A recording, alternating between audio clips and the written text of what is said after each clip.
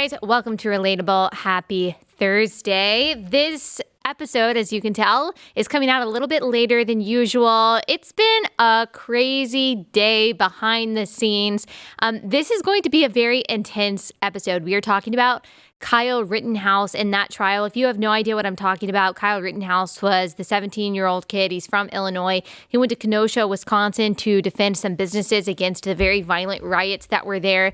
The riots, as you'll hear me talk about with Elijah Schaffer, who was actually there, were in response to the shooting of Jacob Blake by a police officer. I'll explain that to refresh your memory about what happened. He's on trial for first-degree murder and some other charges as well. There's a lot of corruption when it comes to this trial and how it's being prosecuted. The prosecution doesn't have a very good case. It's looking like it will be self-defense, but what we're watching is the media, big business, big tech, and really the Democratic activist mafia try to ruin a kid's life and to hoist up the people that he shot as some kind of heroes when they are so far from that. And the actual situation of what happened is so not being depicted by the media, and it is so frustrating. So we're going to talk to Elijah. He is a host at the BlazeTV. He is going to set the scene. He's going to tell us not just what happened in Kenosha, but also what was really happening at these riots across the country that we have basically been told to just ignore, that we've basically been fed this lie that they were really about social justice and that, you know, that they were justified in some way. He was there. And so this is going to be a disturbing episode. Like, there's just no way around that. And it's going to be hard to listen to some parts of it, but the hope that I have is that this is going to wake you up to what's really going on. After the interview that I have with Elijah, I've got my own monologue. I feel very similarly to how I felt after watching then Judge Kavanaugh's name being dragged through the mud by salacious rumors, many of which ended up being disproven, namely that he was guilty of gang rape. That was a complete and total fabrication. The people who spread that lie did not care. They never apologized. And as I'll talk about at the end of this episode, that's a pattern. That's a pattern. We can't get into all of the details of the trial today. You'll have to trust us that the prosecution doesn't have a case, that the defense has done a good job, and we're not going to be able to play all the clips that I wanted to play just because this is going to be a long episode.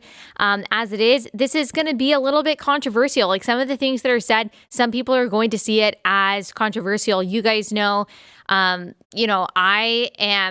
am always willing to talk to all kinds of people and hear all kinds of perspectives. I really appreciate what Elijah is going to say today. You might not agree with everything that he says, and that's okay. Just realize he was on the ground, so he has a different perspective and a more up-close perspective than either of us do. And I'll tell him we don't necessarily land in the same place and all of this stuff. And yet I have to respect the fact that he knows more about what actually went on in Kenosha that night than I do.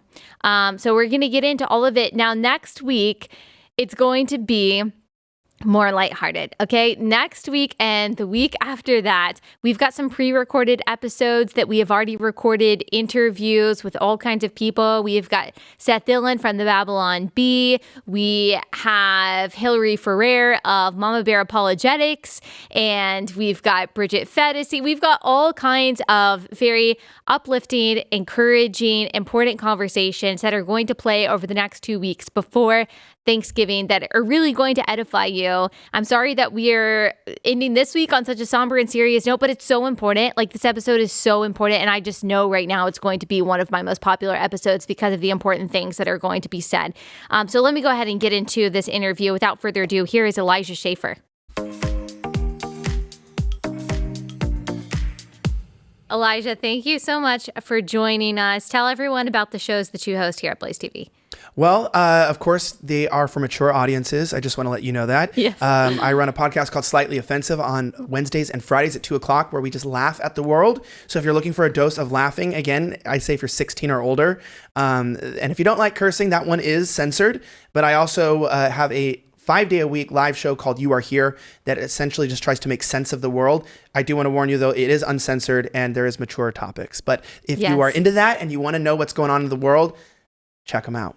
Okay, so for those who don't know, you ran into the fire, the proverbial fire, the chaos last summer when there were, well, I guess literal fire too, because there were riots that were going on, there was looting, there was arson, there was all kinds of chaos and crime that was really glossed over by the mainstream media. You were actually there at a lot of those riots, and specifically, you were there in Kenosha, correct? Yeah, actually, I was there. It's kind of funny that you mentioned that, because I was in Kenosha by accident. Oh, really? So Yes. were you there before the Jacob Blake incident happened? Correct. I was actually in Chicago, which people don't realize is just about an hour south of Kenosha. Okay. Actually covering another riot that was taking place over multiple days. So this kind of sets the stage of how insane the world was last year.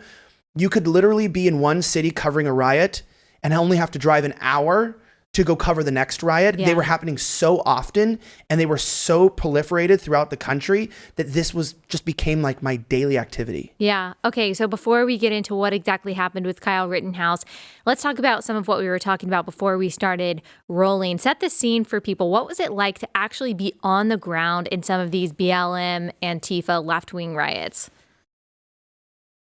Honestly, if people don't realize, probably about 7 out of 10 of any serious videos that you might have seen from any riot around the country probably came from my camera, because it seemed that almost like God's hand was on my life to put me in the worst situations possible, but to protect me in the midst of them. I mean, from the beginning of George Floyd in Minneapolis to here in Dallas, I mean, it was my first day moving here to Dallas. I just moved here and a riot broke out. I drove into the city from California. A riot broke out. I go to record the riot in Dallas. And how I knew that the country was never going to be the same is when the police announced on their radios that they had lost control of the city. Wow. And so to put into perspective what it's like at these riots, when you're in one of the largest cities, a city like Dallas, by the way, which people think of as being Texas and conservative-ish and, it's going to be safe. No.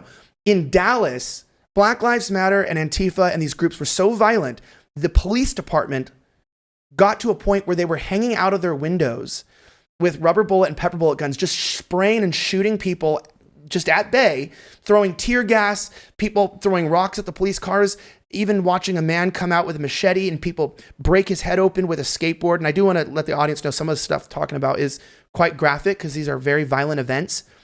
And I think realizing that my first escape from the violence in LA to Texas started with a group of people nearly killing a man, splitting his head open with the skateboard trucks and laughing and people spitting on him, and then watching after they That was in Dallas. That was in Dallas. This was, I think I remember this. This was a guy trying to defend a business against the rioters with a machete, and then the rioters basically bashed his head in until he was unconscious, right? And then this is when I knew this was different.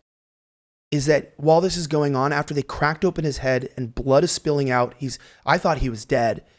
They robbed him of his shoes and robbed his pockets, took his phone and his wallet. Like they robbed a man they thought was Black dead. Lives Matter? This is BLM. Yeah. And that was the start. That was the kickoff. That was the George Floyd week. And so the moment that I saw human beings, Americans, kill, or what I thought was nearly kill a man. Tried to kill, thought they were successful, laughed. They were mocking him, laughed at him. Stole his stuff afterwards and kept going on, broke into a bar, started twerking, pouring alcohol on each other, breaking open ATMs, trying to break into the American Airlines Center, and the police couldn't stop it. I'm going, America's not the country that I thought it was. Right. And police, I don't know if they're letting this happen. I don't know what's happening, but this isn't going to be good. And this sparked off a year, the most intense year of not only my life, but for the country, maybe 3 dozen riots over the course of like 8 or 9 months. I've seen many people die. I've watched tens of millions of dollars of damages be done. I've had guns pointed at me, triggers pulled. I've been arrested, beat up. I've been assaulted at gunpoint. I mean, it has been a chaotic year, but of course we can't move past it because as you know, like we're still talking about this stuff today. The effects of this are still affecting our country. And even seeing all of that, a lot of people aren't on Twitter. And if you're not on Twitter, last summer you didn't see a lot of this stuff that was happening. And so all you see is this kind of sanitized Instagram version, which is, that rioting is the voice of the unheard, that these are sincere social justice advocates just trying to get people to stop killing them. But in your experience, what we were talking about before we started this interview is that you saw just a lot of evil behind the eyes of the people that were perpetuating this violence, that were engaging in publicly lewd acts, stealing, ransacking stores. It didn't seem to you like these were people who were mourning the loss of George Floyd or who were trying to fight for justice, right? No. And that's so important that you bring that up, because like your audience that may not be familiar with me is that I am a federally credentialed reporter on top of a show host. So a lot of my reporting has to be very just objective. Here's what I'm seeing. Here's what's going on. And of course, bringing the spiritual aspect into news reporting is not only not welcomed, but people just don't understand it because they're asleep. They're not awake. And I don't want to discredit the story as we expose the darkness. But I'm telling you, being at these events, aside from the fact that they did almost $3 billion in looting and damages across the country in just 8 months. That's not just money, by the way. Those are people's jobs. Those are people's livelihoods also that are being ruined by this. Destroyed. Minority communities mostly. They're mostly Black-owned businesses and Asian-owned businesses they destroyed in their own communities. And when I'm there and when I look at people and when you get in there, I mean, there's no other way to describe it then you feel like you're in not only a foreign country, but a foreign world. The collective rage and the anger these people had, not because of George Floyd's death, but they were angry talking about how they hated men, cisgendered people, heterosexuality, the way that they were pushing for everything demonic to change their gender, to explore their sexuality, and the way that they expressed that together of like, let's get together and let's do evil things. Let's hurt people. Let's kill people. Let's steal things. Let's destroy things. I mean, there is no other way to describe the energy there than purely satanic from hell. And you feel like you're in hell. And I know that because whenever they would find out who I was, because they were always hunting me down. I mean, I've had to be pulled out of situations by the FBI in some of these riots. I've had to be banned from cities. I've had to be evacuated. I mean, this has gotten so intense after a while because I was being stupid and going right into the middle of their chaos and exposing them, dressed like them, looking like them. And I believe because God wanted their darkness to be exposed because the media was lying. And when you go in there and you realize that this is a spiritual battle, the darkness recognizes that. And they want to snuff out the light. And they're looking for people who are trying to show the truth. And that's why the entire battle throughout all of this, which has really shocked me, the amount of slander, hit pieces, just demonetization, canceling that has happened because institutions that are controlled by the power of this world were more mad. This is what's crazy. Out of all of this, dozens of people killed, billions of dollars of damage, cities destroyed, lives ruined, all of the chaos, the hurt, the pain, the division in our country. The media's end takeaway from all of this was they're mad at people like me for how we recorded it. Yeah. Like, that's what they're mad about. They're mad that we exposed it and that we showed the truth of what was happening as they try to make these seem like mostly peaceful protests. Yeah. A lot of people, you might not know what was happening in the country because there were people that were in power that were intentionally making sure you didn't know. Yeah. And they were trying to make things seem like they weren't bad. But while you were, on TikTok, while you were, going to your Bible studies, while you were doing what you were doing, America was literally burning and people were killing each other. And there was a domestic war that was taking place in our major cities. And our government and our news stations and Hollywood, they acted like it didn't happen. It wasn't happening. And they're trying to pretend like it never did. Yeah. Okay, guys, got to take a break from that intense conversation to tell you about our first sponsor for the day, and that is Operation Christmas Child. So if you grew up in the church, you're probably familiar with Samaritan's Purse and Operation Christmas Child. What it is you go to your church or you go to one of the places that offers these Operation Christmas Child boxes.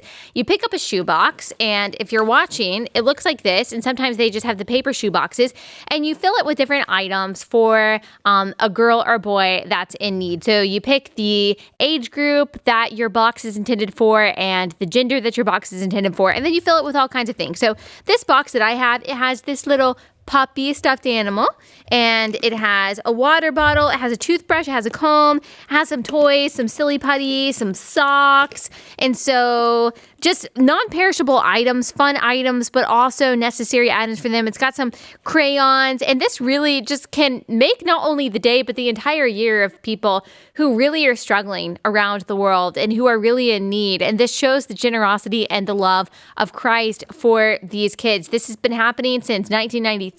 188 million gift-filled shoeboxes have been sent to 170 countries and territories around the world. National Collection Week is next week. So you gotta get your shoe boxes in. All you have to do is go to SamaritansPurse.org/OCC. That'll tell you how to pack a shoe box or to just build one online. So next week is the final week that they're picking up these boxes. Go to SamaritansPurse.org/OCC. America's SamaritansPurse.org/OCC. And we're about to get to Kenosha in a second. When they did acknowledge it, they would stand in front of it and say fiery but mostly peaceful protest. So they would just lie. They would say, don't believe your lying eyes. Believe what we're telling you, our rendering of these events. And I think you're right. I mean, it's darkness trying to protect darkness. Darkness hates light. It hates exposure. And that's certainly what you were doing when you were going to these protests. And so I want to bring us specifically to Kenosha. We know that this was in response to Jacob Blake being shot by a police officer. Jacob Blake, just to refresh people's memory, he was armed with a knife. He was allegedly in front of the house of the mother of his children. He was violating a restraining order. He had previously been charged with sexually assaulting her. The officers told him to drop the knife over and over again. He didn't drop the knife. The officer then shot him, and this is why Kenosha burned to the ground. Kyle Rittenhouse went to Kenosha. Why? Okay, so this is very interesting, and I do want to let people know this. As somebody who's been in a lot of conflict, there is no event that happened, even more than January 6th at the Capitol, that stuck in my head and the head of the reporters who were there than Kenosha. And the reason why it's significant and why Kyle went. Kenosha was a riot that took place over 3 days. Okay, this was not an event that occurred on one night and some guy, and we'll get into why he was there and what happened. Some guy came in, he was a vigilante and tried to do the jobs of the cops. No. Kenosha was I would say, an event that the local government and state government allowed to happen, where they systemically allowed a small city in the middle of America to physically be burned to the ground. And this is graphic, and I do want to set the stage of how serious it was on the first 2 nights. People were putting signs on the apartment buildings, letting people know that there were kids inside. But these BLM and Antifa members still set the buildings on fire, where kids had to be taken through windows and removed out of buildings. They tried to kill children, okay? These people had no respect for life. There was another man, he was in his late 60s, early 70s, who had a generational store. And he was telling the people, hey, no, this is my store. Please don't damage it. Like, this is our community. They took a brick, cracked open his skull. I don't know if he's dead, but I know that I've seen a lot of bad things. Blood flying, proceed to break the windows and burn down his store. They burned down a church. They burned down several city blocks. There's an entire half of the city that no one even has footage that they burned because there was just not enough reporters available to capture the chaos in the city. The amount of destruction that was taking place in this place, this is not also an event that was localized to a street. Okay, this was taking place from a courthouse down to the main street, down to car lots, up to the strip malls. And on top of this, the violence was so intense and the destruction. Not only did they burn buildings down, and I tell you, it was the fires were so hot, and the chemicals they used to set these fires to burn down stores and correctional facilities, that even trying to do a news stand-up across the street on a 4-lane highway, I couldn't even do a stand-up for more than 30 seconds because the heat was so hot. Wow. Like, they couldn't even bring fire trucks up to it. The flames were burning so hot. So are these people in Kenosha that are setting these fires, or are these agitators rioters that are coming in from out of town. I saw the same people that were at the riot in Chicago at Kenosha. And I saw some people in Kenosha that I've seen in Portland. So believe me, these were very well coordinated attacks. Do you think they're hired? Are they paid for? 100%. People talk about them. We've infiltrated Antifa many times in Portland.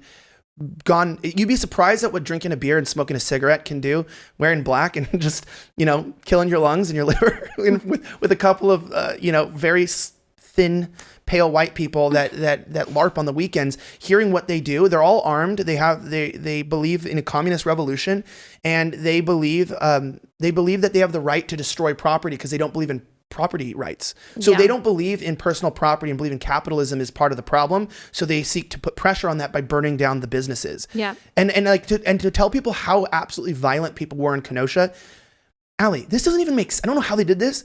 They got into groups and took down all of the street lights.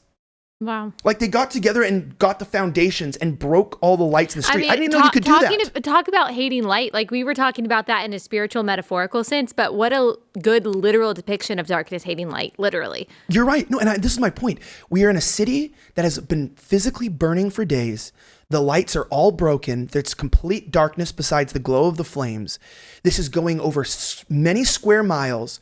The police are doing nothing. The National Guard, their request gets turned down.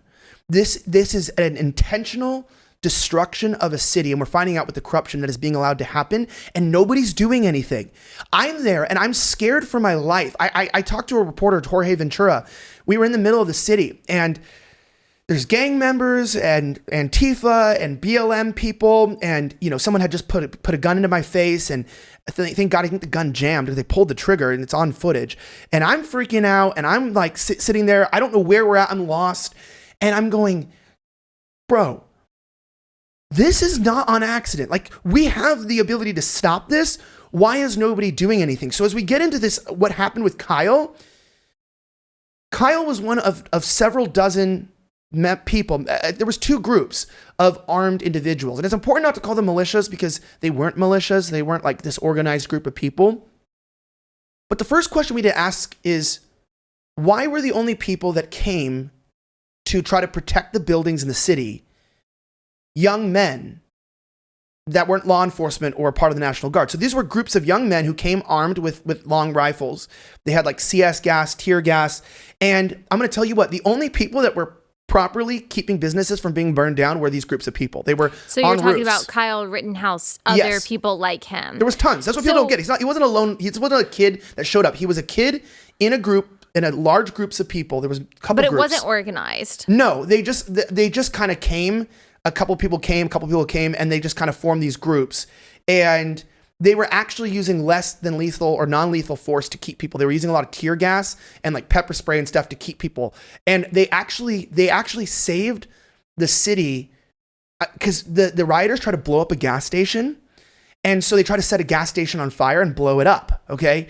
And they kept the rioters successfully from blowing up the gas station. So before we even talk about anything bad that happened, if these guys weren't there, this would have been a mass chaos event, and I'd probably be dead myself because I was there when they tried to blow up the gas station, and they helped put out the fire and get it under control and get the rioters away. And this is where we get introduced to some of these characters like Gage and Huber and Rosenbaum, who were in this scene trying to get this gas station to be blown up. So everyone involved in this, you have A, the guys with guns that are trying to protect the city, and B, the rioters who are literally trying to kill people, kill children, kill older, senile men, burn businesses. Black, white, brown, it doesn't matter, because you also saw in several cities people putting up, on their storefront, this is a black-owned business, didn't matter, got looted. I mean, what bothers me so much is that Christian women in particular on Instagram get so sucked in with the social justice narrative that if I even mentioned, hey, I think this looting is bad, or hey, I think probably burning down people's businesses and homes is a bad thing, that's probably not fitting into any kind of definition of biblical justice. I mean, you would get called all kinds of names, a white supremacist, a bigot, a racist, and all of this stuff. And the deception that even Christians have found themselves under, they don't know the stuff that you're talking about, but even if they do, they don't want to hear it. I don't know why, or they just want to believe that, yes, America is systemically racist, that this kind of stuff is justified, and no, the worst thing that's ever happened to America is January 6th. I don't know why, but they don't want to believe the truth that you're relaying right now. It's uncomfortable to them, and I really can't figure it out. Because the truth is feminine, like it's feminized in the church. Like they take the truth and they've created an icon-based, celebrity-based pathway of feel-good sermons in church where they think that the way you're going to affect the world is simply by having, potlucks, prayer meetings in your home, and Bible studies. And that the ultimate thing you can become one day. You notice most pastors use examples of like, oh, well, if you become a pastor, you're a worship leader. Like they make the ultimate ascension of whether you can, wear skinny jeans, which no hate, I'm wearing them right now, but wear skinny jeans and play the guitar in a 4-chord progression. When God called us to be like the salt of the world, like we are called to be light, and we are called to affect change, and we are called to go out in the world and to be the hands and the feet, the body of Christ. We've become like a superficial clothing of Christ rather than his actual body. And if you've ever seen a man's hands, they're usually rough. Like even mine, they're calloused because they pick heavy things up. They put them back down. They get dirty. And I noticed in the midst of all of this stuff, I'm going, where are the Christians trying to show the truth and fight for the truth? And it's when you're living in a world where you're seeking to be validated, where your sermons are all about anxiety and I feel good and this and that, and you're not saying, Lord, put me in the most uncomfortable positions possible. Make me a person that nobody understands, that is rejected by the world. Make me like that. You know what that means? It means make me like Christ. Put me in a situation that's too hard for me to bear around people that reject me. As long as it's your will. I'd rather be there and know I'm doing your will and be misunderstood by the world than to be liked by my Christian circle and, feel good. It's like Christians are not willing to get uncomfortable, and they're unwilling to face the hard and difficult truths and realize, but then people aren't going to like me. That's what God said. He said that they rejected me first. They're going to reject you. And I know for someone like you in the midst of this too, it has been uncomfortable. I don't like to walk around looking like an a-hole, like a racist a-hole or whatever else they'll call you today. I'm sure you don't like it either. I don't have hatred in my heart. I love this country. I love the people in it. But unfortunately, the narratives that have been given to the people in the church are progressive narratives. They come from Satan. They're from the mouth of Beelzebub himself. And they are here to distract and to keep Christians from being awakened to the truth, simply so that they're well-liked. Yeah. And they posted the black square thinking that was going to affect change. Buddy, that didn't do anything. Yeah. Yep. And one uncomfortable truth in the midst of all of this, and it goes back to the racial narratives and the police brutality narratives that we were just talking about that are just not founded in reality, is what happened with Kyle Rittenhouse. It's much easier to believe what the mainstream media is saying, that he is just a terrorist, that he is some vigilante. And I actually have, I think we can play it, a montage of what the media has been saying about Kyle Rittenhouse. Kenosha shooter, Kyle Rittenhouse, he murdered 2 people, by the way. Rittenhouse is basically what you would have had in a school shooter. He's a 17-year-old kid. He shouldn't have had a gun. He crossed state lines to supposedly protect property. No, he was going out to shoot people. Kyle Rittenhouse, the 17-year-old vigilante. Kyle Rittenhouse, a vigilante. Kyle Rittenhouse, the armed teenage vigilante. A 17-year-old vigilante, arguably a domestic terrorist, picked up a rifle, drove to a different state to shoot people. Kyle Rittenhouse, a guy who's deeply racist, went with weapons to a Black Lives Matter protest looking to get in trouble. He did. He murdered a couple of people. Rittenhouse, the 17-year-old kid, just running around, shooting and killing protesters. You see the 17-year-old who was radicalized by Trumpism, took his AR-15 to Kenosha and became a killer. A white, Trump-supporting, MAGA-loving, Blue Lives Matter social media partisan, 17 years old, picks up a gun, drives from one state to another with the intent to shoot people. So basically that he, he's deeply racist. We heard them say he's a terrorist. He went out to murder these people. And you mentioned Rosenbaum, you mentioned Huber, and I think it's Kreutz is his last name. Hard to pronounce. Yeah. Yes, those were the 3, I don't want to say victims, but people who were shot by Kyle Rittenhouse. And the media is saying that he went out in Kenosha just to kill them. And I'm seeing a lot of people just go along with that narrative because it's easier to do. But you were there, so tell us what actually happened. Okay, if you guys know a lot or a little bit about the situation, this is going to be the most clear and detailed account that you will hear in the shortest amount of time. After the rioters tried to blow up the gas station that was down by the main street, literally trying to destroy the city, these young men who were armed tried to put out the fire and successfully did, which enraged these people. Talk about satanic. They were mad that they were unsuccessful at blowing up a gas station that they were in proximity to. Not very high IQ.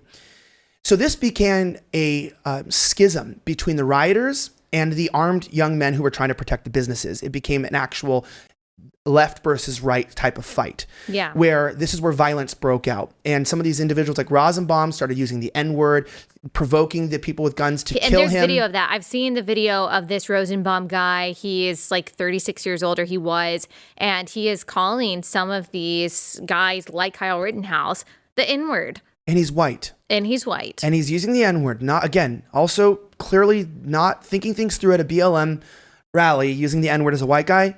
Not smart. And I just want to also note that he's a convicted pedophile. A lot of people don't realize that he raped several boys in the early 2000s. And so this is the person that we're dealing with that a lot of people in the media are protecting and even praising in some ways. Oh, yeah. We're finding out these guys were not good people. And I want to remind you that these were people already involved in heavy criminal activity, right? Yeah. So these were not just bystanders. These were not protesters. These were violent, destructive rioters who were in this position. As this is breaking out, I noticed Black Bloc Antifa headed up the street with 2x4s and hammers. And I know that that's where I need to be, at the front of the riot. I need to follow and track where things are developing. So as we're walking up the street, these people are lighting fires, they're setting dumpsters on fire, they're creating barriers, they're trying to cause more damage, destroying street lights. We come up upon a car lot that is being actively destroyed. And when I say destroyed, I mean with the most vitriol and hatred that someone can have for a used car. I'm like, what'd the car do to you? Yeah. I mean, they had mallets. It's like a temper tantrum. Yeah, breaking out the lights, smashing out the windows. Just, these cars were being totaled, right? And some people are out here, I mean, it's like the amount of damage that I'm seeing, I'm going, oh my gosh, this is already hundreds of thousands of dollars worth of damage just in this car lot. The people proceed to do what they did to another car lot, and they tried to light the cars on fire and blow them up. There was actually over $1 million of damage down the street to a car lot they lit on fire. And the irony of that is that that was next to a church, and the church's sign said Black Lives Matter, and it burned down with the car lot. I remember that. Yeah, it was a trip to see that in person, and it puts into perspective really how backwards the message is. Yeah, and you can never be woke enough. They're still going to come for you. No, yeah, they still were. And so to set the stage, like, this was a moment where there was no police. It was complete darkness, minus a few lights on the car lot. And these were some of the most violent, destructive, and hate-filled people I've ever seen. I'm telling you, Allie, there was something different about that night. I have not seen people fueled with so much strength. Like, there's a difference, right? Even in murder, like between first degree, second degree, third degree. Like, you know, like you can tell a crime scene when someone murdered out of rage, right? There's a lot more stab wounds, a lot more blood. They're like, oh, this was a crime of passion. Yeah. That riot was a riot of passion. They were there to cause harm, and it had escalated. And not because they were necessarily so upset about Jacob Blake, correct? No, these were people that were in Chicago. These are professional rioters. These people were just, they had realized. I bet some of them didn't even know Jacob Blake's name. I can guarantee it, but what they knew, this is what it was. Because there was no police intervention after multiple days, the people felt emboldened in their wickedness, and they felt like they could go harder because they didn't need to quickly, hit a window and run. It's like these people. There's no consequences. Yep, they were allowed to do this. So I want to say that this whole situation, as I tell you right now, what happened with Rittenhouse right here. This entire situation can be blamed on the local and state government, and we're going to find out from the federal government for allowing this to happen. It could have been prevented. It could have been stopped. The blood is on their hands. Are you including the Trump administration in that? Yes, that's besides his collusion with Big Pharma. Donald Trump's largest weakness, not personal weakness, but administrative weakness, was not weeding out the corruption in the FBI and not taking control of the country because he was afraid they were going to call him a dictator. Well, look what we have now in office, a dictator. So it's not dictatorial or fascist to get control of a country from the violence. Yeah. And this was one of these situations where I'm standing if you're like right here, let's just say that you're on the other side, there's a car between us, there's an SUV. They had broken out all the windows on the SUV and they were lighting the SUV on fire. And I'm standing on this side of the SUV, and on the other side where you are, I'm looking through the windows and I just see a guy running up in a green shirt. And I'm like, oh, that's the kid that I interviewed earlier. I had interviewed Kyle Rittenhouse. I spoke to him because he threw, I don't know if he or someone else threw tear gas into the crowd as they tried to burn down another building, and they saved the building from being burned down. And I'm like, this kid, I got to talk to him. He's like, looks like a nice kid. He's got gloves on.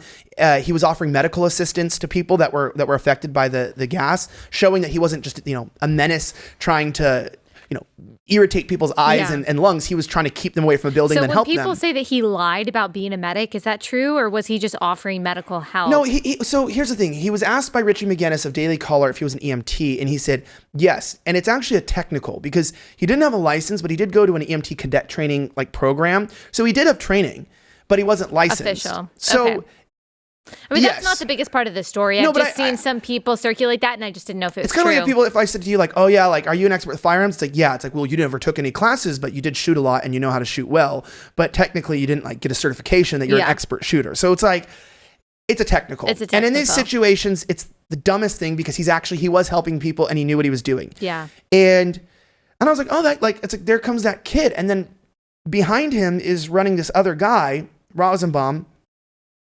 And it's kind of chaotic. And Rosenbaum, by the way, just so people remember, he's the guy who is confrontational with use the N-word, using the N-word, convicted pedophile. And the reason why I bring that up is because, okay, everyone's bringing up Rittenhouse's background. All of the news reports are talking about, oh, he loved Donald Trump and he loved police officers in the military, as if that's a bad thing. Trying to paint the picture of who he is and give people context so they have a particular perspective of him. Okay, well, if you're going to do that about Rittenhouse, let's do it about the people that went after him and that he shot too. Rosenbaum, convicted pedophile, sexually molested many boys. So let's just put that into context. And the context is important too, because somebody wrote, Nikki Klein wrote on Twitter that the background of the people who were shot is irrelevant. Like you were saying, it isn't irrelevant, because even in any court, you look at people's past behavior to predict sentencing, because you look at their ability to redo something.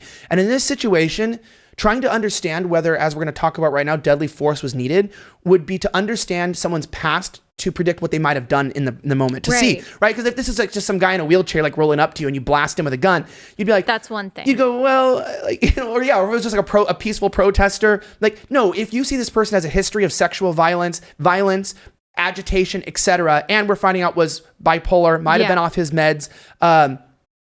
This was a very violent person, and to set the stage, this was not the first interaction between everybody in the night. We didn't all just, teleport to this car lot. We'd been around each other for days, for that night, for hours, and we'd all seen each other. We knew what the players were. We knew who was doing what. We're not stupid. Neither was Kyle. I don't assume Rosenbaum was very bright, but it's he knew who was who. Yeah, so he knew who was who. He even, no matter how stupid you are, you know what an AR-15 is.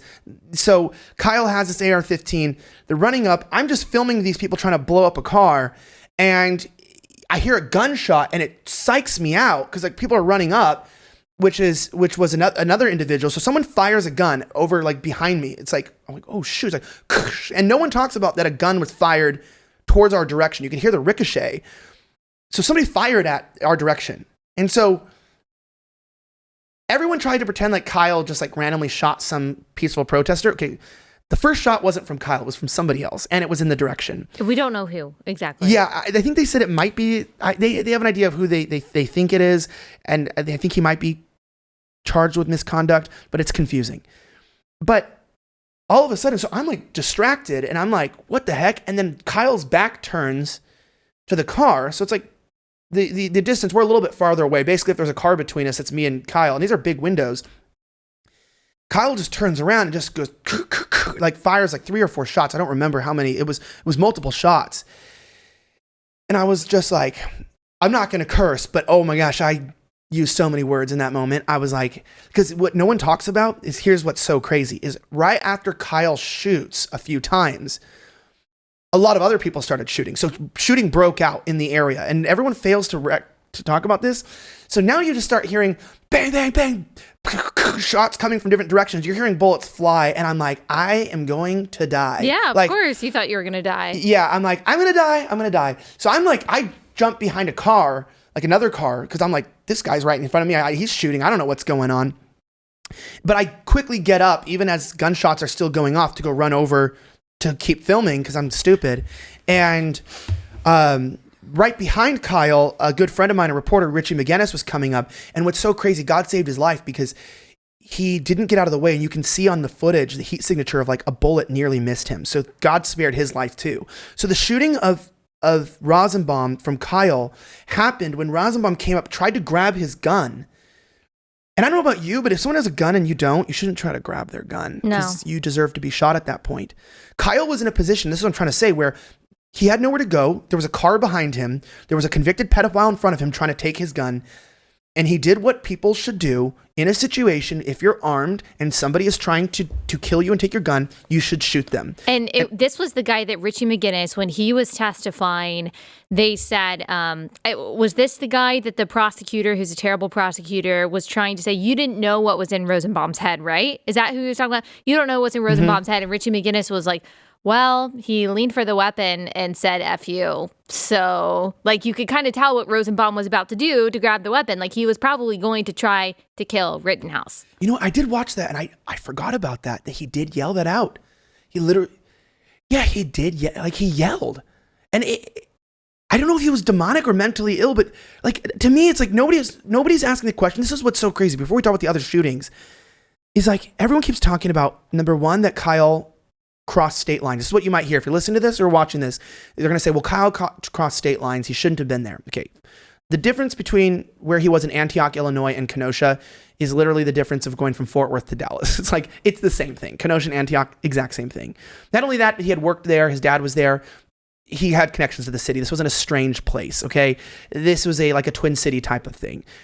This is not, he didn't go from, Portland to New York to go help at a riot. This was his backyard. Yeah. Which, by the way, it's so funny. People are like, oh, he crossed state lines. So did a lot of the rioters. Yes. Like, from much farther away. Well, that's what I'm saying. Nobody asked the question, like, who else crossed state lines? Literally, all the people, a lot of people who were there, that they even said, like, most of the arrests from that event, where they were not residents of Kenosha. Okay. And they were stopping caravans. There was caravans of cars coming up from Chicago that they were stopping to cut the exits off to keep more people from coming from out of state. So this was common. Number two, they go, why was he here that night? Why was he there? Why was anybody there? Like, why were the rioters out there? Exactly. It was curfew. It was curfew too. They go, well, it was curfew. It was curfew for everybody, buddy. It was curfew for me too. Yeah, why was it only curfew for him? And that's another thing that bothers me about people saying, oh, well, we shouldn't talk about the background of Kreutz and Huber, whatever his name is, and Rosenbaum, the three guys that got shot. Oh, their background is irrelevant. Well, you keep asking that question. Why was Rittenhouse there? Well, look at all these things he said in his past. It was obviously to kill people. Well, if you look at their past, you would ask the same question. Why were they there? Did they really seem like guys who cared about Jacob Blake? Did they really seem like they care about social justice? No. So I think it's a good enough question to ask, why were they there, right? And they knew each other. We found out that a lot of these rioters that are involved in this knew each other. Of course, it's a network. Yeah, but that's what I want to say is that also the question is asked. They go, well, why was a 17-year-old there with a gun? Buddy, that's a good question. Why weren't the police there? Why weren't the National Guard deployed? Yeah. Like, that is a good question. Why did it come down to a 17-year-old defending businesses? He wasn't a vigilante either. He brought a gun from his own words. He told me earlier in the night to my face. He said it on the stand in the trial, and he said it multiple times. He brought a gun for self-defense, and he came to do medical aid and to protect buildings. And he did that fine, and he was doing that. There was never any signs that I saw, and I witnessed that he was ever pointing a gun at people. None of these guys were. They weren't trying to get people away from them. And I do want to point this out too. They go, well, why did he have a gun? So many of the rioters had guns. Okay. Yeah. That's why he had a gun for self-defense. Well, they were carrying guns. Kreutz had a gun, and he wasn't even legally allowed to have a gun. A lot of people were carrying guns. It was expired, and yet he had a Glock, I believe. Yeah, but a lot of people, they had rifles too. People are like, well, why do you need a rifle? It's like, look, everyone was armed. I'm just going to repeat this for somebody that wasn't paying attention. Somebody pointed a gun in my face. There was a reason to be armed. I felt like I was an idiot for not having my gun, but it's complicated to bring guns across state lines sometimes like that. So obviously, as we're seeing, things can happen. But so basically, he tries to, we start administering aid. Richie does. We're trying to protect him. He starts running down the street. The skateboarder, this is what they say, the skateboarder that he killed, actually hit him in the head with his trucks, which can kill people. And that's Huber. Yeah. People realize this. He tried to kill him. That's considered deadly force. And Kyle shot one shot and killed him, they were chasing him. That's a whole other thing. I feel like people... With weapons. Yes. He was not. Like, if you watch the video, Rittenhouse wasn't chasing them. He was running one way. They were running after him. That in itself shows that there was aggression on their part, that he wasn't going up to them and just murdering people. No, yeah, that's what I was going to say. They were running after him with guns, 2x4s, hammers. So when we're talking about this kid being outnumbered, and he wasn't shooting people just that were chasing him. I mean, he was attacked first. Then he shot. Then our favorite German last name, which is hard to pronounce. I always mess it up. Kreutz, yeah. Gage, I think is his first name. Yeah, I know his first name. I know, I'm very familiar with him, and the Puff piece CNN wrote about him. He tried to shoot Kyle Rittenhouse with a loaded Glock, and Kyle blew out his bicep. And that is very painful. And he says he's going to have to live with that for the rest of his life. And I would say this, don't pull a loaded gun out on somebody who's got a loaded gun pointed at you. And so it's so crazy, though, that in the midst of all this, every single one of the shootings were a clear sign of self-defense. And as a key witness in all of this, it was all self-defense. But the reason why this is going to trial, the reason why they put him on $1 million bond in a clear sign of self-defense, they charged him with double intentional homicide, is because this is like a 3-part issue.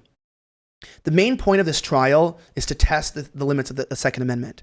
And not only, even if we win this trial and Kyle wins, and it's proven that it's what the video shows, that it was self-defense, they still won. Because they show you that even if you use your Second Amendment and act in self-defense and win and don't go to court, they're going to make your life hell, make it expensive, and they're going to ruin your reputation and destroy you. And they're showing you that the Second Amendment may keep you out of prison long term, but we can still bankrupt you, we can tarnish your name, even and we can destroy your life. Years old. Even as a kid. And that's what the point of this is. I mean, there's other side aspects that he's a white guy with a gun and they want to demonize white people with guns. There's an AR-15. Even though he shot a white person with a gun. But people don't know that. Why did they call this racist, though, when the 3 people that he shot were also white men? One of them because the narrative is they think that they were black. That's really what it is. The narrative is that he killed black people. Like, nobody even knows that the people that shot were white. Or at least that he went there to oppose peaceful protest against racial injustice. I guess that's what some people want to say. They say he went out to kill BLM protesters. And which, as you said, there weren't even very many peaceful protesters there in Kenosha. They weren't peaceful at all. So they weren't peaceful. They were violent. They were armed. They were destructive. And a pedophile tried to disarm and potentially kill a minor. The minor used a gun, defended himself. Another adult tried to kill a minor. He killed him before he died himself. Also has a criminal background, by the way. Yes. Huber has a criminal background, so does Kreutz. Yeah, Kreutz. Then another adult tried to kill him with an armed weapon, and he was shot. That is self-defense. You can argue whether he should have been there, anything, motives. Right. It doesn't matter. The point is that what he did was nothing against black people. There was no signs of racism, no signs of white supremacy. There were no issues at all. And this case is a show trial, and it's meant to put fear in patriotic Americans.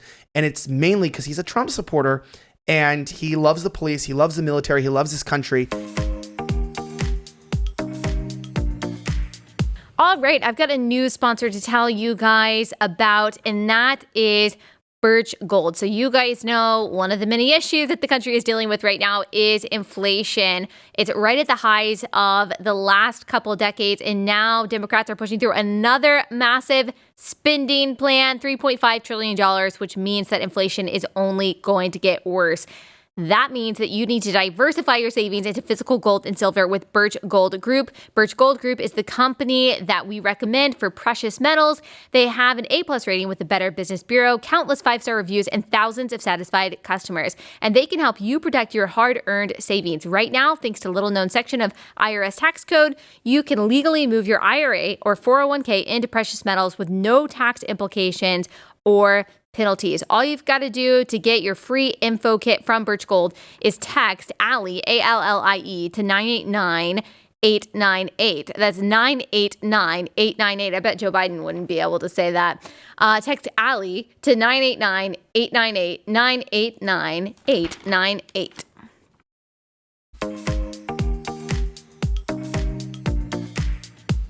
I've spoken with him extensively. I've spoken with his mother extensively. These people, these tech companies, banks, everybody colluded to ban them from everything because before the trial. GoFundMe wouldn't allow people to donate money to his legal defense, right? Yeah, and Facebook has made his name a violation of their terms of service. So you can get suspended for even posting his name if they want to, and or posting his picture. And they have declared him a mass shooter. Before this is what's so crazy. The jury doesn't matter in the courtroom because the jury of big tech, of the media, has already painted a picture that this was a mass shooting of a racist white supremacist who wanted to kill black people who were fighting for racial justice. Even though there's literally no evidence of that whatsoever. Including massive evidence against it. Yeah. But that's what's so crazy is like all these companies have moved to enact their own form of social justice to where they've banned this guy based on the predication of false narratives and lies. Even if in court it shows there was no white supremacy. All of the riots are based on false narratives. They're all based on false narratives. Now, I'm not saying that you can't care about what happened to George Floyd. Okay, that's fine. I'm not saying that you can't care about real injustice when it happens. But this entire narrative surrounding racialized police brutality is based on something that is false. It's based on a false premise that is perpetuated by the media, who act like this is an epidemic of white police officers going after unarmed black men when the numbers just don't show that's true. So the riots themselves are actually fanned into flame by a lie. And then we are seeing the extension of this lie in Kyle Rittenhouse. And the media don't care that they have placed him, a 17-year-old kid, on the altar of that lie. We saw the same thing with Covington. We saw the same thing with Brett Kavanaugh. Again, it doesn't matter what you think about the Covington kids or what you think about Brett Kavanaugh. They actually don't care. They do not care about whether or not they're telling the truth. They don't care about whether or not they're ruining people's lives. They really don't care. Yeah, this is what's scary is despite there being massive video evidence, not just from us, but from the FBI even in HD showing what happened at this event, despite the court, even the trial, before the trial even happened, that you can be X'd out of society based off of lies shows you just how far our nation's fallen and how evil people really are, and how much these people really hate America and want to send a message to people. That's what I'm saying. You may be able, if you're lucky and you have a good judge and the jury is not bullied, which they are being bullied, by the way. George Floyd's relatives are working to dox all of the jurors on this trial. Yeah. That's mob rule. That's what happens in third world countries. That's democracy, which we don't have in this country. That's why they always talk about democracy. Democracy is mob rule. We're a republic for a reason. We don't vote based off of what 51% bullies the other 50%. We have state electoral college and we have representatives and we vote our representatives in because we try to prevent mob rule. They like mob rule because that allows communism, which is like the revolution of less intelligent and uglier people to try to feel like they're gaining dominance, but they end up just becoming slaves. But it's like this trial shows that our rights, even if the courts uphold them, are being ignored and destroyed by the institutions and these private businesses that are pairing. Remember, Joe Biden called Kyle Rittenhouse a white supremacist. Joe Biden did. That's defamation. Now, let me remind people that Joe Biden literally called someone, I don't even know if I'm allowed to say this word, called someone an Negro today in a speech. He called someone that in a speech. He said, the esteemed Negro. Literally, that's the president. So he's calling Kyle Rittenhouse, though, a white supremacist. So that's good. Yeah, also he said the N-word multiple times. And he said he doesn't want his kids to grow up in a racial jungle. Biden, yeah. Yeah, Biden.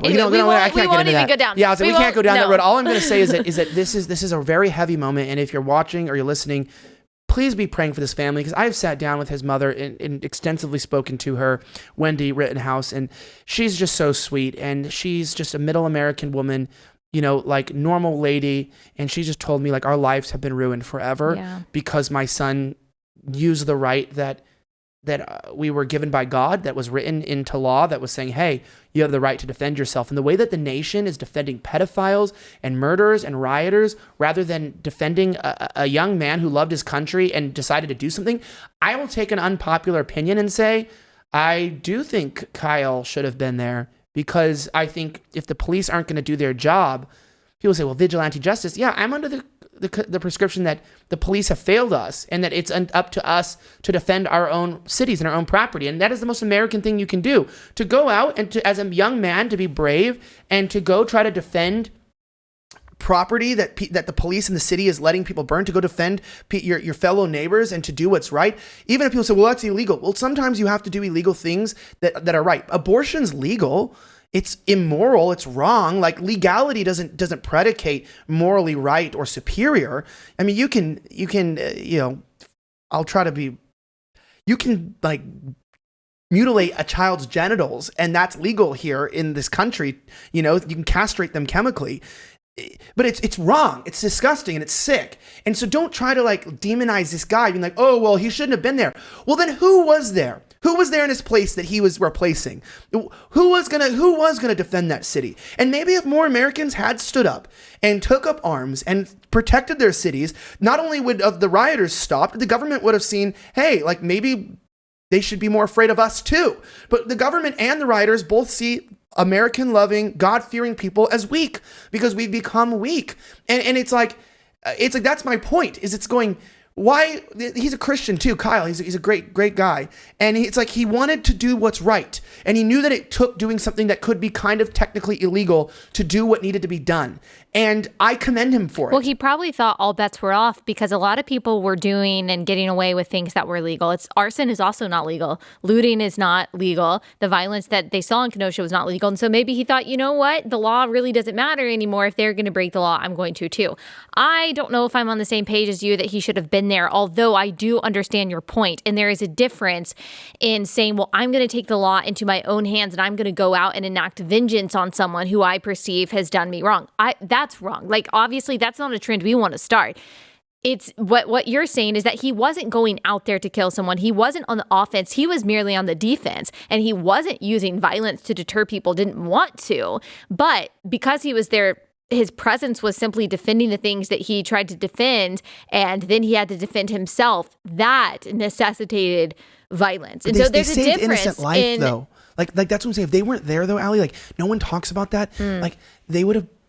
Do you know how many people would have died if they blew up that gas station? And also the amount of the way that they kept people from going into the residential areas. Like they saved people's personal homes. They saved children's lives. Like no one's talking about the lives that weren't lost. Like that would have been real victims. Like these, I'm telling you, I watched them keep so much more properties from burning down, that some of the properties where people lived above them. So my point is like, I know where you're coming from and I respect it, but it's like, sometimes it's kind of like, it's like that idea of like, you don't know the mass shooting that didn't happen, right? It's like, it's like, you don't know how heroic somebody is that like a school guard that talked a kid out of, shooting up a school. It's like, because it didn't happen. So you don't know about it. It's like the amount of people that didn't die because those guys were there is like, that's why my opinion is what it is. Cause I'm going, and you were there. That's what I'm saying. It's like I saw what they prevented. And I saw how they did it so peacefully without using violence and used their presence to just deter evil, that I'm going, maybe if more communities had just risen up. I'm not talking about vigilantism. Yeah, I'm not talking about going out and just like, sniping off your roof protesters that are walking by. I meant like if more people had went to their stores, stood out in front with guns and been like, no, you're not taking my property. And that's why it wasn't just one guy in Dallas with a machete. Like if all the shop owners had gotten together and stood in front of their shops and said, don't come down this street. And people had realized that Americans are not weak and that we don't need the police to help us. And no, we are God-fearing, gun-owning people who believe in property rights, who believe in independence and autonomy, and we respect each other, and we are not violent, we're not vigilantes, but we do not allow and tolerate ourselves to be disrespected, right? We do not tolerate this. Destroyed. Yeah. And we did let it happen. We did let it happen. And I watched, do you know who was the most judgmental of my heart's been hardened a little bit, Allie. I'll tell you the truth. Not only do I curse more now because I'm married to an Australian, but it's like I've seen some things. We talked about some of those things that we won't talk about here on the show. The world isn't a fun place for me anymore. It's not a joke. There's a real war being waged, and I see what's happening, and I'm looking at my Christian brothers, and I'm watching men who are like, it's like, well, I couldn't watch your show because you're cursed. You curse. Like, well, I can't listen to your podcast, Slightly Offensive, or You Are Here because because you curse. And it's like, so you're going to choose to be willfully ignorant and sit in your church and have no idea what's going on in the world because the news stresses you out and you're upset that someone cursed. Would you be mad in your home if you were in the Civil War and troops walked in and they were bloodied and they stained your carpet? No, you wouldn't, because those troops, yeah, they're a little dirty. Yes, they're bleeding on your carpet, but they're in a war. They're fighting a real battle. And so yes, there's some sides that you don't want your carpet stained, but it's like, look, you get it. They're the ones fighting. The people like you at the front of the culture war, the people that I've met and the many brave reporters and people in the military and the leakers and the people that are fighting to prevent a civil war in this country right now, it's a nasty place. It's a very expensive legal battle. Like I said, I've been very damaged. The trauma that I've seen people, like, I had to go from my mom's funeral to a riot. Like, that's how dumb the world was. I couldn't even grieve my mom's death because the world was so stupid that I had to go watch other people die without getting to mourn my own mother's death. And I had to confront the trauma of my mom's death by seeing other people's livers get blown up. And so I'm like, I'm telling Christians, it's like, that's what I'm saying is the church. People email me, oh, you said this and it was mean. It's like, buddy, we're in a fight for our nation. We're in a fight for our country. How many more people need to die? Do you need $4 billion worth of damage before you need to realize the world's not about clutching your pearls? I'm not telling you to curse. I'm not telling you to become hardened. I don't want you to see what I've seen. I don't want you to go through it. But wake up, people. Join the fight. Stand up for yourself. People go, well, I might lose my job. Christ said that you may need to give your life. Like you think in the last days that you would refuse the mark of the beast, but you wouldn't even sacrifice being judged by your friends to not get a vaccine? And maybe you wanted the vaccine, that's fine. But I know people who really didn't want it, that thought it was that they shouldn't get it, and were like, yeah, but I don't want to lose my job. Okay, so you would resist the mark of the beast. You said, I will stand up for Christ in the last days where the cost is your head, but you won't give up your crappy $40,000 a year job that you already hate, that you don't complain about, and you always talk about leaving and doing your own thing. You wouldn't even give that up for a simple moral choice, but you would resist the mark of the beast? I don't believe it. And that's why I say Christians are weak. And I just want people to realize that if you have not woken up, if you have not joined the fight now, wake up, share this podcast, share Allie's work, and start joining in the good fight of faith with your brothers and sisters we need you. Yeah. Like, we need you and I need you. And and I'm saying this is not just if, the best thing you can be doing right now and to start is, if you're not praying, start praying for what's going on and call upon God, but also realize that you are the hands and the feet of Christ. Get them dirty, get busy, and start doing things for the kingdom of God. And I believe that we can win this. I think we could reverse this and we can overcome this if the Christians get out of their pews, get off their butts, and start doing the work of God. And on that point, like you said, one of the most important things that people can be doing is praying that the front lines looks different for everyone. Like, I'm not going to be the person that's going to go out to the riots and film it. That's you. And we need those kind of people to expose the darkness that's going on. And everyone kind of has a different role. The most important thing that you can do is, yes, to pray for wisdom and to be woken up. This really isn't about right versus left. Like, you talked about some of the failings of the Trump administration. I think we could go on and on about the fecklessness of most Republicans. So this really isn't about right versus left, Republican versus Democrat. This really is about wrong versus right, justice versus injustice, reality versus lies. Mm-hmm. That's what this is about. And like you said, it's a spiritual battle. And I don't want to hear people conflating, what Ephesians 6 talks about as a spiritual battle against the evil forces of darkness with just our petty American politics. We're not trying to say that what we are experiencing in America is the biggest thing that's going on in the universe. What we're trying to say is the biggest thing that's going on in the universe that America is playing a part of, as every country is a battle of light versus dark. It just is. And there is a part of that, a piece of that we do see in this particular trial. It's corrupt. It's calling evil good and good evil. It's perpetuating lies. No matter how this trial goes, which I think it's looking good for Kyle Rittenhouse, like you said, they're trying to teach him a lesson. More than that, they're trying to teach everyone else a lesson that you better not stick up for yourself. Like, you better not show people what's going on. But also they are, they're trying to demonize an entire side that does want to speak up about the truth. And they're trying to scare people. They're trying to belittle people. They're trying to tell people, you know what? Just enjoy these petty enjoyments that we've given you through Netflix and fast food, and don't worry about the things that are actually going on. And so the first step is for people to no longer be in the slumber of ignorance that is so comfortable. Yeah, and I do want to say thank you to you as somebody who has been honest with your audience as you've been on your journey. Like, that people don't realize, like, that if they're listening for the first time, or this is like the millionth time to listen to you, you're over like 500 episodes or something, right? Yeah. So maybe they've been from the beginning. Is that we're all on this. Like don't look to people like Allie, be like, well, she's got it figured out. She knows something I don't. She literally doesn't know something that you don't.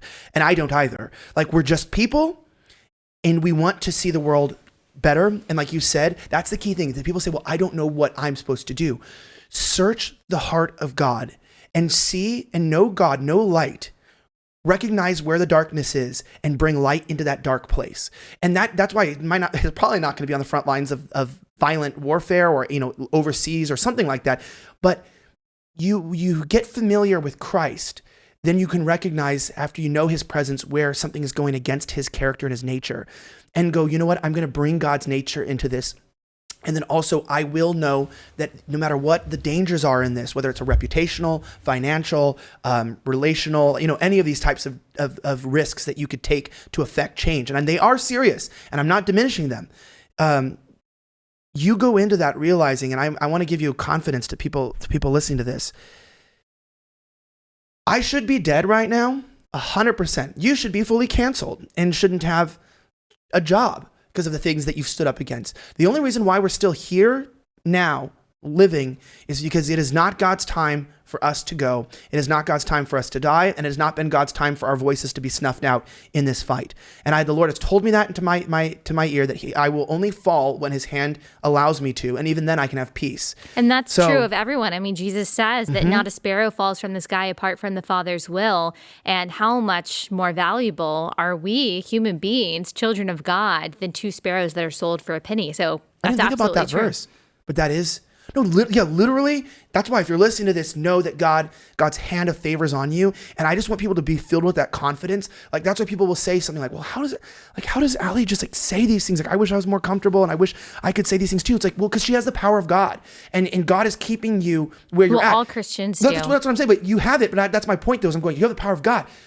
So if you're listening to this and you know God, where did God in the Bible say that Allie's power is, because she has a microphone, is different than your power because you don't? It's not true. God's power is equal for all of us, and he has given us his divine intervention of his Holy Spirit that has given us the ability. He literally says, like, we will hold snakes and we're not going to die. We're not going to be bitten. And he doesn't mean to go, scam people and pick up cobras to look like an idiot and tell people, look, I'm a Christian. He meant whatever God is asking you to do, have the confidence that he will give you the strength to do it. Don't worry about having the strength now.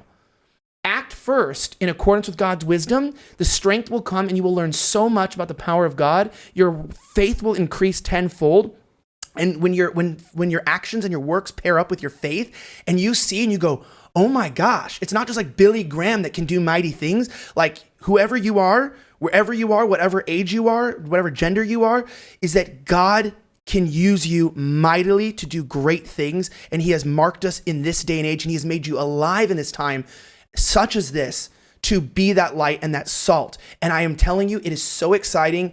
And if you're bored in life or you're confused on the next step, ask God and take that jump, and you won't regret it. Yeah. And like I said, it looks so different for everyone. Like, people can be excited about that opportunity. Like, if you're a stay-at-home mom, most of what you're doing is changing diapers, and you're feeding kids, and you're cleaning dishes and things.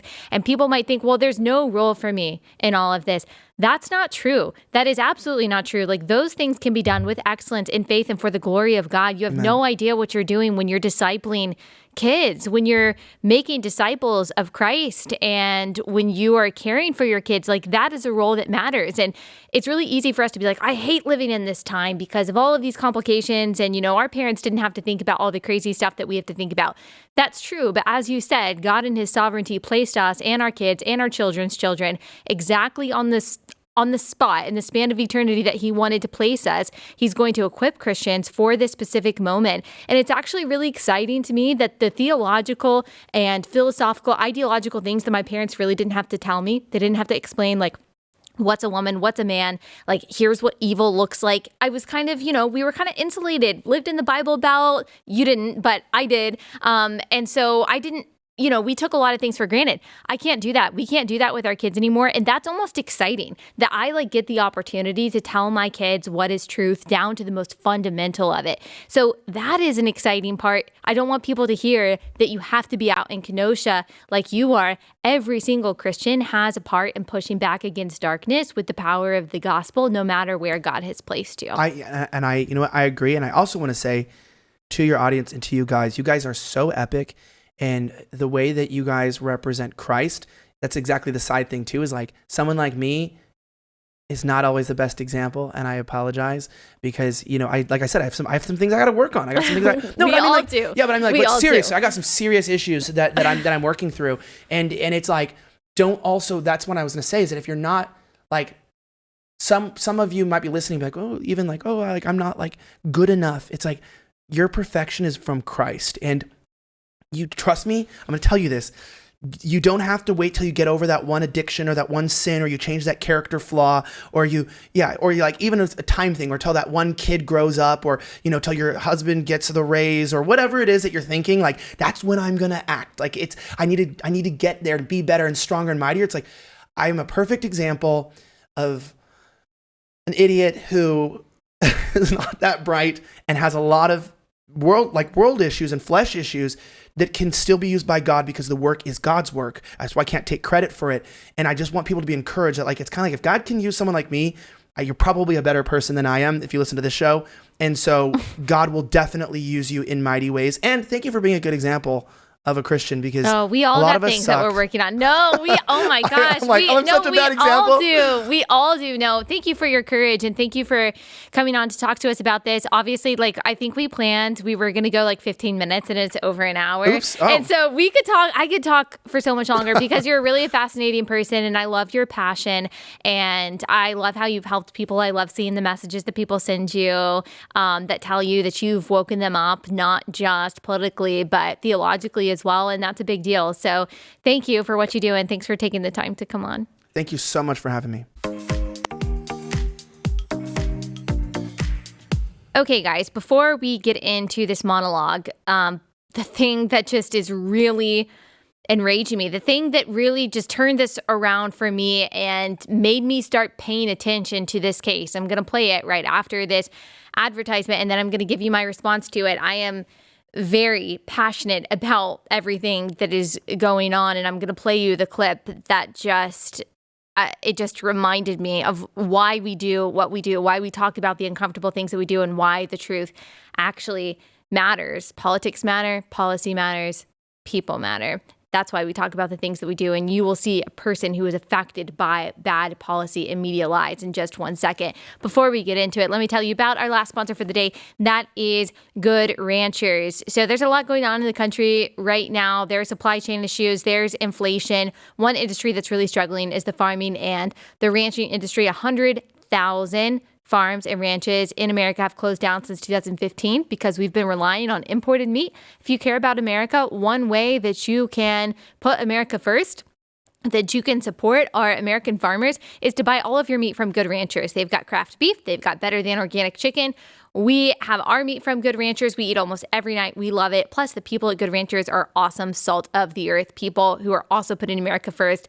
You can rest assured that when you are sending them your money, you are supporting a business that also supports the values that you hold dear, and then are turning around and using that money to support farmers, American farmers. So they want to revitalize the ranching and farming industry, and you can help them by going to goodranchers.com/Allie. When you do, you get 10 free bistro medallions. This is just good through the end of November, so make sure you take advantage of it. And not only that, but if you subscribe, you get a box of meat every month. You get $25 off on each box of meat for life. So that's 10 free bistro medallions, $100 value, free express shipping, and $25 off your subscription for life at goodranchers.com/Allie, goodranchers.com/Allie.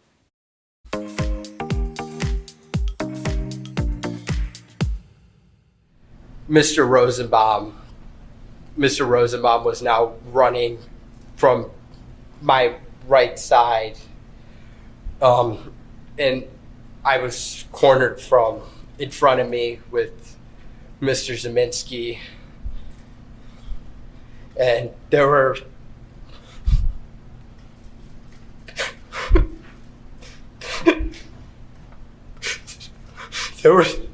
three people right there. Take a deep breath, Kyle.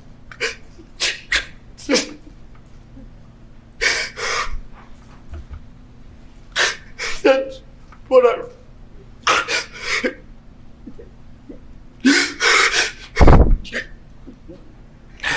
That's what I run. We're gonna just take time for our break anyway. You can just relax for a minute, sir. So if that broke your heart, which I'm sure it did, I got a lot of messages from a lot of you saying that reminds me of my son. It reminds me of my friend. That reminds me of my brother. No matter what the lying ghouls on social media say, and there are a lot of lying ghouls, they're calling Rittenhouse a white supremacist. They're calling him a terrorist. They're making fun of him for crying. LeBron James tweeted out that, oh, there were no tears. Basically, those are fake tears. He just ate something sour before he got into court. There was a blue check mark, a liberal blue check mark by the name of Tara Dublin. She tweeted out a picture of him crying on the stand, and she said that's the same face Kyle Rittenhouse will make during his first time in the prison shower. So joking about Kyle Rittenhouse being raped in prison. Anna Navarro I think she's of CNN, she says that she is mourning for the 3 people that attacked him, that he had to shoot, and called his tears crocodile tears. There are people saying that this is just the face of white privilege. There's another blue check mark who goes by, I guess his name is Kirk Acevedo. He says he has zero sympathy for Kyle Rittenhouse. Black and Latino kids have been imprisoned and killed just for the color of their skin. So this is the kind of thing, unfortunately, that people are saying. I mean, you heard those tears. I see the tears. They're not fake. No matter what you think about why he was there, that's irrelevant. This is a kid whose life has been ruined by mostly lies. So I'm feeling so much indignation, such disgust, such righteous anger. And how do I know it's righteous? Because it's anger about deliberately malicious lies. It's anger over false witness, and God, the source of all righteousness, says that he hates false witness. In ancient Israel, God demands those who knowingly bear false witness against someone on trial that they should receive the same punishment that the accused would have gotten had he been convicted. It's a good thing that we don't live in ancient Israel, because most on the left would be in jail. They accused Kavanaugh of gang rape, the Covington teenager of intimidating a Native American at a pro-life rally, when the full video showed that that didn't happen at all. They said Border Patrol agents were whipping migrants and treating them like cattle based on one out-of-context picture. Turns out the video was released of that, and that's not even close to what actually happened. There was no whipping of people at all. They perpetuated for years that Trump colluded with the Russians to win the election. That was a lie. We know now from reports released this week and last week that that was a total fabrication. It was a farce paid for by the Clinton campaign. They said that Ron DeSantis was refusing to encourage vaccines and was somehow financially benefiting from monoclonal antibodies. That was literally just a bald-faced lie. And all of those people targeted by these lies have had their lives and their family's life severely damaged because of lies. There's not left and right, as I was saying with Elijah. There's right and wrong. It just so happens that in the cases that we're talking about, that the left routinely gets it wrong. They peddle in blatant lies. An epidemic of racialized police brutality is a lie, as we have talked about many times and have gone through the data so many times. The gender wage gap is a lie. That a man can become a woman is a lie. That a baby in the womb is just a clump of cells is a lie. That the rich don't pay any taxes is a lie. That America is a place primarily characterized by oppression and racism is a lie. That mask mandates and vaccine passports are saving lives. That's a lie. The numbers show that's a lie. Critical race theory isn't in schools. A lie. That our biggest threat in this country today is white supremacy. Are you kidding me? That's a huge lie. That our planet is going to become irreversibly unlivable in less than 12 years. That's a lie. It's been a lie since the 1970s. You know, I'm so used to the lies that sometimes I forget that almost my entire job is characterized by debunking lies. Now, I'm not saying that people on the right never lie. Again, I don't think that this is primarily left versus right. So I'm not saying that at all. There are sniveling snakes on both sides of the aisle. Absolutely. Like maybe you would say that the lies about the election led to some of the behavior we saw on January 6th. Okay, maybe. That's one. But the big lies that end up shaping false narratives that turn into CNN and MSNBC segments that are then paraded out by big tech and big business and big pharma and all of the major national and global institutions, all of those that fan the flame for the riots that have burned and looted and ruined American cities over the past year, the kind of lies that affect destructive policy and so much resentment and confusion and chaos, yes, these are most often from the left. They just happen to be from the left. They're lies primarily, they're wrong primarily. They happen to be coming from the left. And these people who will just completely make up a story about a person if it helps their political side, whether it's about Trump or Kyle Rittenhouse or Nick Sandmann, they're vicious. They truly don't care if it ruins your life. They don't care if it's true. It just feels good. It just feels good to them. If they get clicks and claps and affirmation, then they're on the right side. They're on the right side of history and they don't care. The ends justify the means to them. They have no limiting principles, no moral boundaries, and idiots just go along with their lies because it takes too much effort and courage to ask and follow a simple question. But is that true? But is that true? Is it true that white police officers are going after disproportionately black unarmed men? The numbers say no. Is it true that women with the same qualifications, hours worked, and education are getting paid less than men? The numbers say no. Is it true that a man can become a woman? No. Is it true that mask mandates in schools have lowered the case or death rate at all for kids and communities? No. And on it goes. But too many people don't want to ask that question. They don't want to ask the question, is this true? Because it's scary, because it's inconvenient. It can put you in opposition to the people that you like. So you're going to see a bunch of people saying, wow, yes, Kyle Rittenhouse is such a racist. He's a terrorist. What a terrible person. Innocent. These are innocent victims. If this were a black person, wow, look at this random case of a black person where they were actually convicted of homicide. Wow, that proves white privilege and white supremacy because he's not going to be convicted here. There's no evidence of that. And if you want to compare anecdotes, like we can do that all day. I mean, what about Timothy Simpkins? He's a teenager who happens to be black in the Dallas area who shot up a classroom at school in October, was released on bail almost immediately. He says he shot up the class because he was bullied for being rich. He was then welcomed home by a party that was posted on social media. I haven't heard anything about that story since. The media certainly hasn't talked about it, hasn't trended on social media. No one cared after he was released from jail after shooting multiple people in his classroom. Like the media would not have stopped talking about that if he had been white. So, and I'm not saying that that is that's indicative of some systemic problem. I'm just saying that if you want to compare stories, we can do that. There's a longer list of names of unarmed white men killed by the police than unarmed black men, but most of us don't know their names because no one riots for them. The truth is, comparing and contrasting anecdotes doesn't really make for good argumentation. You're going to see that a lot with Kyle Rittenhouse, but it's really fallacious. And it definitely doesn't work here because this had nothing to do with race. It's just that the reason why this is being talked about the way it is, the reason why he's being mocked, is because Rittenhouse represents conservatives and the pedophile he shot apparently represents leftists. I mean, that's what they're saying in the media. And so that's where people are coming from. That's it. And they'll do the same thing to anyone. That's why all this matters, guys. They will do the same thing to anyone. They'll do it to you. They'll do it to your son. They'll do it to your daughter. They don't care. No matter what the facts are, it won't matter. If your son or daughter gets accused of something and the political climate is just right, and they can at least convince the thoughtless mob and the media enough and people online enough that there's some kind of bigot, then it won't matter what the truth actually is as long as corruption and dishonesty and mob rule and jury intimidation and threats of riots reign. That's third world country stuff. That cannot stand in a place that cares about justice. So this really shouldn't be partisan. It really should not. I wish it weren't partisan. You should be able to see why a fair trial, a right to due process, the right to self-defense is necessary. This should not be a partisan issue, guys. And his life is going to be ruined because of this, because of false narratives. You might be like me and you might say he shouldn't have been there. He shouldn't have had a gun. You know what? If he was my son, I say yes. I wouldn't have wanted my son there. There's different perspectives on that, but that's really besides the point when it comes to this particular trial.